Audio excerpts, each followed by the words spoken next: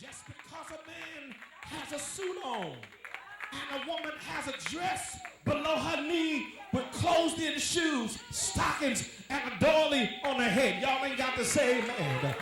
Just because she has the little thing to cover up her legs when she sit down, it don't mean that she ain't saved or that she is. It doesn't mean y'all ain't saying nothing up in here.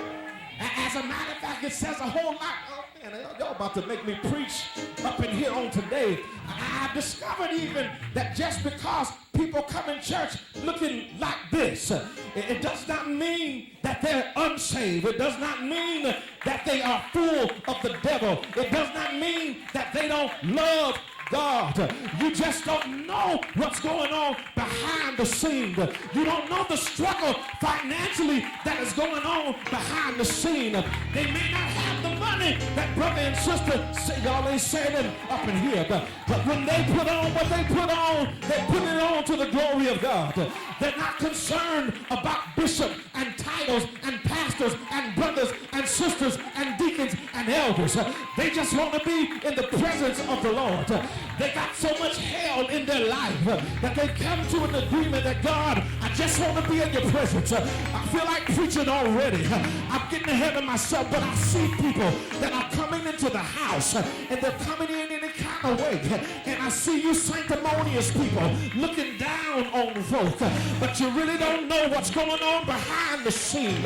Our God had to correct Samuel and tell Samuel, I want you, Samuel, to stop looking at the outward appearance. Stop getting lost in what people look like, because looks are deceiving. This is the real dilemma where you try to come to church, but your husband is not agreeing with what you're saying. Can you now remain faithful? Can you now remain saved? Can you now remain holy? Can you now remain dedicated to the cause of Christ without fighting against him when you want to come to church and he wants you to stay home? Y'all ain't saying nothing. Can you now remain dedicated?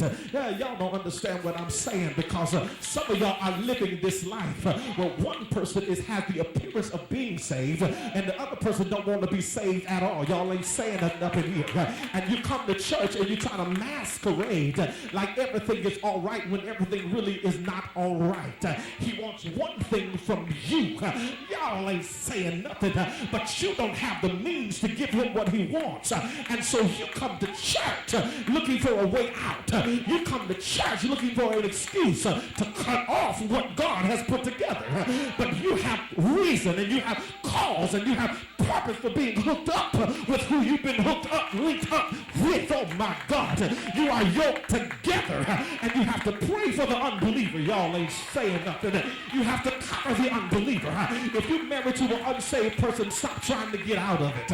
And you know who I'm talking to, and if I'm not talking to you, I'm not talking to you. But those of you that are sensitive to the Spirit, stop trying to get out of what God had placed you in. God is going to see that thing through. To death do us part. When you said it, you better mean. Y'all ain't saying nothing.